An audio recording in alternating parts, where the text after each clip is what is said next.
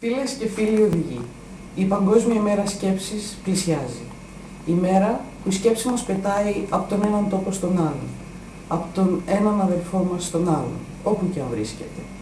Για φέτος η Παγκόσμια Οργάνωση Οδηγών αφιέρωσε την Παγκόσμια ημέρα σκέψης στην προστασία του περιβάλλοντος, που είναι ένας από τους 7 αναπτυξιακούς στόχους της χιλιετίας του ΟΗΕ.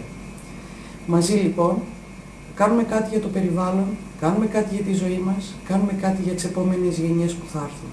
Χωρίς βέβαια να λησμονούμε τα σοβαρά προβλήματα που μαστίζουν τη χώρα μας, τους συνανθρώπους μας και ενδεχομένως και εμάς τους ίδιους.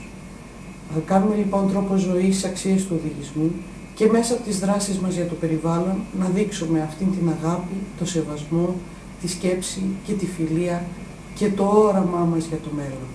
Διότι αλίμονο αν χάσουμε το όραμά μας για το μέλλον.